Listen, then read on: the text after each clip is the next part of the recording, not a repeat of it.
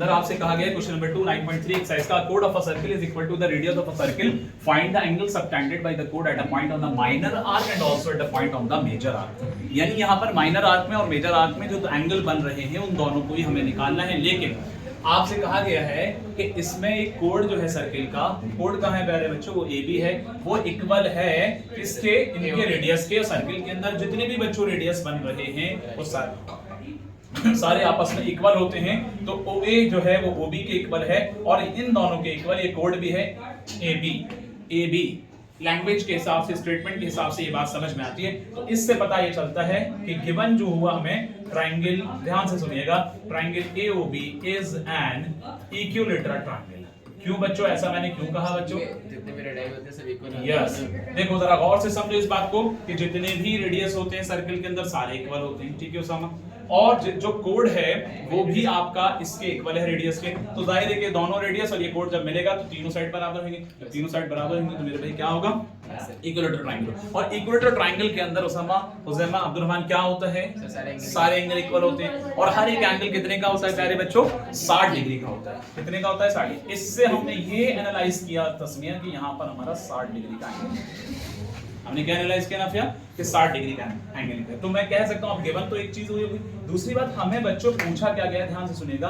एक हमें कहा है कि find the angle subtended by the code, code के जरिए से at a point on the minor arc, minor arc पे जो पॉइंट आ रहा है और मेजर आर्क पे जो पॉइंट आ रहा है, दोनों के दोनों फाइंड आउट करो। एक ये है प्यारे बच्चों, एक फिगर तो आसानी से हमने जज कर लिया, सारे बच्चों ने चीजें क्या निकालनी है, क्या गिवन, ये भी जज कर लिया। गिवन में सिर्फ रेडियस और कोड इक्वल कहा गया था, 60 डिग्री नहीं कहा गया था। लेकिन हमारी नॉलेज में ये था कि इक्विलैटरल ट्रायंगल का हर एक एंगल 60 डिग्री का होता है। ये बात अगर नहीं पता होगी बच्चों तो आप लोग कर नहीं पाओगे, इसलिए क्योंकि ये बात पता होना इसलिए जरूरी कि सेंटर का एंगल मिल जाएगा और सेंटर के एंगल से एक थ्योरम लगा करके एक जगह का एंगल निकालेंगे और उसकी मदद से फिर दूसरी जगह का एंगल साइक्लिक क्वाड्रिलेटरल की थ्योरम से निकाला जाएगा। बात समझ में आती है? तो मैं आपको बताना ये चाह रहा था अगर मैं इस कोड और इस आर की बात करता हूं बच्चों तो इससे बहुत क्लियर समझ में। अब ध्यान देने की जरूरत यह है, कोड से सेम आर्क के अंदर कहां पर एंगल कंसीडर है, इसके साथ में ये एंगल कंसीडर किया जाएगा या इसके साथ में ये एंगल कंसीडर किया जाएगा? ध्यान देने की जरूरत है। नीचे वाला किया जाएगा या ऊपर वाला? यही मैं, हाँ अलीशा का हो सकता है ठीक हुई, और बच्चे बताएं, अब्दुल आप बताइए, समा आप बताइए। क्योंकि ये थ्योरम 9.7 जो है, सेंटर पे बनने वाला एंगल डबल होता है जो कोड से किसी सेम आर्क से अगर सबटेंड हो रहा है और किसी दूसरे पॉइंट पर सर्कल पे कहीं पर बन रहा है तो वो उसका हाफ हो जाता है। तो आप इस फिगर को जज कर सकते हैं आसानी से। पक्का? हाँ, ऊपर वाला। अब कुछ बच्चे ऊपर वाला बता रहे हैं, कुछ बच्चे नीचे। अच्छा, ऊपर वाला क्यों है आप बताओ जरा, मैं थोड़ा सा वक्त दे रहा हूं लेकिन आप लोगों से डिस्कस करना है। प्रीवियस फिगर था ना सर, तो उसमें इसका अपोजिट था, तो जैसे इस टाइप से बन रहा था। मैं प्रीवियस फिगर दिखा दूं? Yes sir. एक सेकंड रुकिएगा ताकि आप लोगों के डाउट क्लियर हो जाएंगे, क्योंकि बच्चे इस पॉइंट पर अटकते हैं। मैं इसलिए रुक करके जो बच्चे ऑनलाइन देख रहे हैं उनके लिए भी ये बात कह रहा हूँ, इस पॉइंट पर अक्सर बच्चे अटकते हैं। और मैंने जब कॉपी चेक करता हूँ, जब टेस्ट लेते हैं तो देखते हैं कि यहाँ पर नीचे के ऊपर कर देते हैं, ऊपर का नीचे कर देते हैं। देख लीजिएगा, देखिए जरा, ये वाला जो फिगर था, अब इसमें सेंटर यहाँ और इसका फेस कहाँ है, अब मैं इसकी पहचान करके बता देता हूँ। इसका एक पॉइंट यहाँ पर ऐसे करके आपको नजर आ रहा है, ये पॉइंट, ये जो नजर आ रहा है, ये वाला जो है, तो ये इसके जहां फेस है उधर ही वहां पर फेस ये है, ताकि बेटा ये वाले आर्क से ही तो ये रेडियस सबटेंड हो रहे हैं। बात समझ में आती है? तो सेंटर यहाँ पर जो क्रिएट हो रहा है इसका ये वाले, इसके कंपैरिजन में जाएगा। अब आप जज कर पाएंगे फेस दोनों का सेम। अब आप जज कर पाएंगे अलीशा, नाफिया, सब लोग, कि यहाँ पर ये वाला और इसका फेस यहाँ ये वाला या ये वाला, तो अब समझ में आ चुका होगा कि ये वाला कंसीडर किया जाएगा, ये वाला कंसीडर किया जाएगा। ये बहुत बेसिक सी बात है बच्चों। जो बच्चे मेरी वीडियो देख रहे हैं मुमकिन है कि वो भी इस बात को समझ पा रहे हो, लेकिन यहाँ पर इस बात का डिस्कशन करना इसलिए जरूरी था बच्चों क्योंकि बच्चा इसके साथ में ये मिला देता है, कभी इसके साथ में ये मिला देता है, गड़बड़ कर जाता है। लेकिन अब उम्मीद है क्लियर हो गया होगा। तो हमें कौन से वाले पे जाना है? ऊपर वाले। लेकिन ये बता देते हैं कि हमें निकालने क्या है, माइनर आर्क में जो बन रहा है, मेजर आर्क में जो बन रहा है। ताहा एंड सुकूर समझ रहे हैं? Find angle ADB and angle ACB। प्यारे बच्चों बात समझ में आ रही होगी, ये हमें फाइंड करना है। अब हमारा सॉल्यूशन ये कहता है कि सबसे पहले हमें मालूम है 60 का है, ठीक है ना, तो मैं इसको ऐसे लिखूंगा एंगल AOB। ये 60 का क्यों है? क्योंकि इक्विलैटरल ट्रायंगल हो गया था। Angle AOB is equal to angle ADB। ध्यान देना, एंगल ADB, लेकिन मैं यहाँ पर क्या करूंगा कि ये वाले एंगल की वैल्यू सेंटर पे बनने वाले एंगल की वैल्यू डबल होती है उस थ्योरम के अकॉर्डिंग, ये वाला हाफ होता है इसका। तो अगर मैं इसका हाफ कर दूं दोनों बराबर है, लेकिन ये बेटा ये किससे हुआ, बाय थ्योरम 9.7।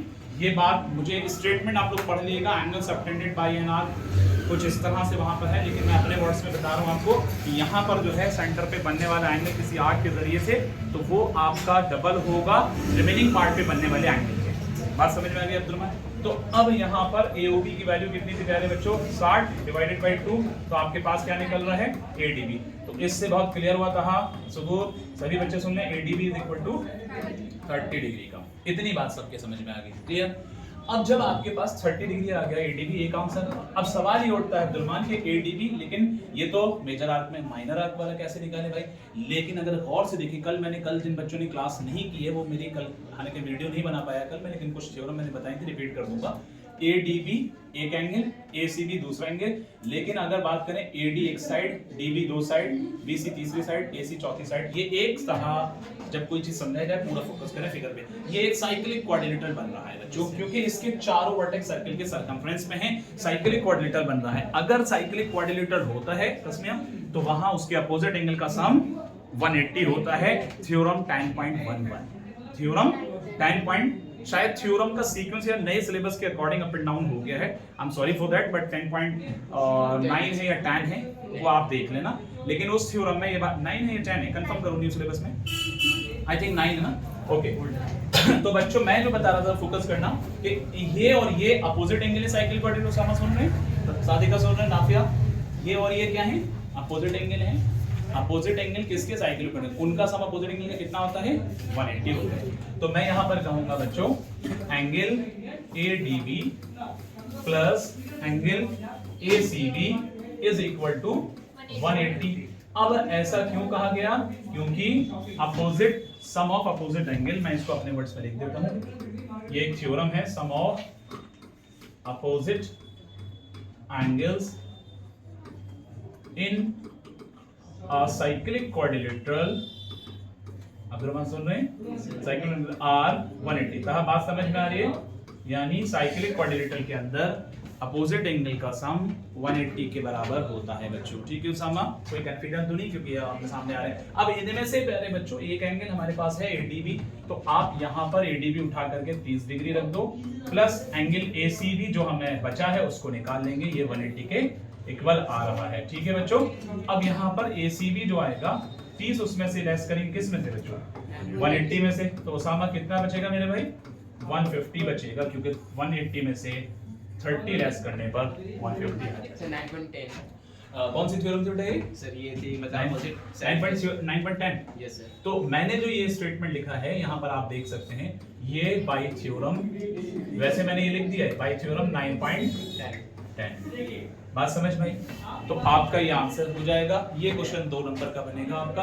इस एक्सरसाइज से आपके कई क्वेश्चन ऐसे हैं कि जो एग्जाम के अंदर आ चुके हैं और आने वाले हैं, ये मान लीजिए अच्छे क्वेश्चन, ठीक है बेटा? अगला क्वेश्चन करेंगे।